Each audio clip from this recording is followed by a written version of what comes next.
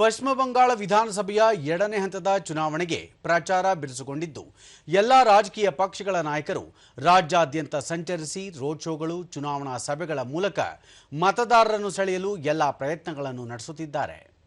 ಪ್ರಧಾನಿ ನರೇಂದ್ರ ಮೋದಿ ಇಂದು ಪಶ್ಚಿಮ ಬಂಗಾಳ ಪ್ರವಾಸ ಕೈಗೊಂಡಿದ್ದು ಹಲವೆಡೆ ರೋಡ್ ಶೋ ಹಾಗೂ ಚುನಾವಣಾ ಪ್ರಚಾರ ರ್ಯಾಲಿಗಳಲ್ಲಿ ಭಾಗಿಯಾಗಲಿದ್ದಾರೆ.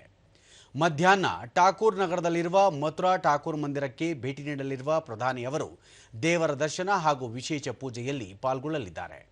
ಬಳಿಕ ಹರಿಪಾಲ್ನಲ್ಲಿ ಸಾರ್ವಜನಿಕ ಸಭೆಯಲ್ಲಿ ಪಾಲ್ಗೊಳ್ಳಲಿದ್ದಾರೆ. ಸಂಜೆ ಕೋಲ್ಕತ್ತಾದ ತಂತಿಡಿಯ ಕಾಲಿಬಾರಿ ಮಂದಿರಕ್ಕೆ ಭೇಟಿ ನೀಡಲಿರುವ ಅವರು ವಿಶೇಷ ಪೂಜೆ ಸಲ್ಲಿಸಲಿದ್ದಾರೆ. ಬಳಿಕ ಬಿಕೆ ಪಾಲ್ ರಸ್ತೆಯಿಂದ ಖನ್ನಾ ಕ್ರಾಸಿಂಗ್ವರೆಗೆ ರೋಡ್ ಶೋನಲ್ಲಿ ಪ್ರಧಾನಿ ಪಾಲ್ಗೊಳ್ಳಲಿದ್ದಾರೆ. ಇದೇ ವೇಳೆ ತೃಣಮೂಲ ಕಾಂಗ್ರೆಸ್ನ ಪ್ರಧಾನ ಕಾರ್ಯದರ್ಶಿ ಅಭಿಷೇಕ್ ಬ್ಯಾನರ್ಜಿ ಸಹ ಹಲವಾರು ಚುನಾವಣಾ ಪ್ರಚಾರ ರ್ಯಾಲಿಗಳಲ್ಲಿ ಭಾಗಿಯಾಗಲಿದ್ದಾರೆ. ಮೆಗ್ರಹತ್ನಲ್ಲಿ ಸಾರ್ವಜನಿಕ ಸಭೆ ಹಾಗೂ ದಕ್ಷಿಣ 24 ಪರಗಣ ಜಿಲ್ಲೆಯ ಪಾಲ್ಟಾದಲ್ಲಿ ರೋಡ್ ಶೋನಲ್ಲಿ ಅವರು ಪಾಲ್ಗೊಳ್ಳಲಿದ್ದಾರೆ.